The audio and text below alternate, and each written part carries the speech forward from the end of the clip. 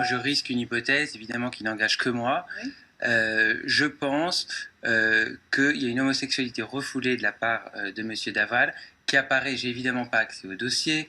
Je n'ai pas eu connaissance des expertises psychiatriques qui ont eu lieu, mais il y a un certain nombre d'éléments, des faisceaux d'indices qui apparaissent tout au long de la procédure qui laissent présumer cette éventualité.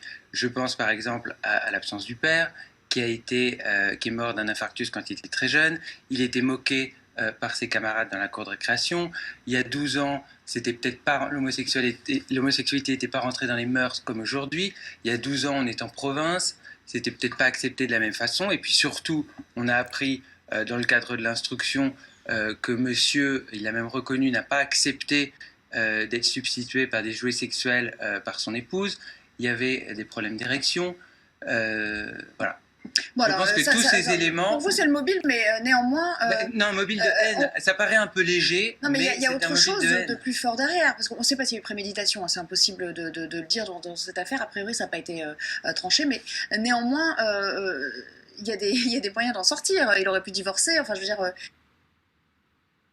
Il y a beaucoup de gens qui sont passés par ce genre d'épreuves personnelles et qui s'en sont sortis très bien. Donc, on est d'accord, l'homosexualité n'explique pas tout. Non, mais ce serait un élément clé qui n'a pas été apporté jusqu'ici.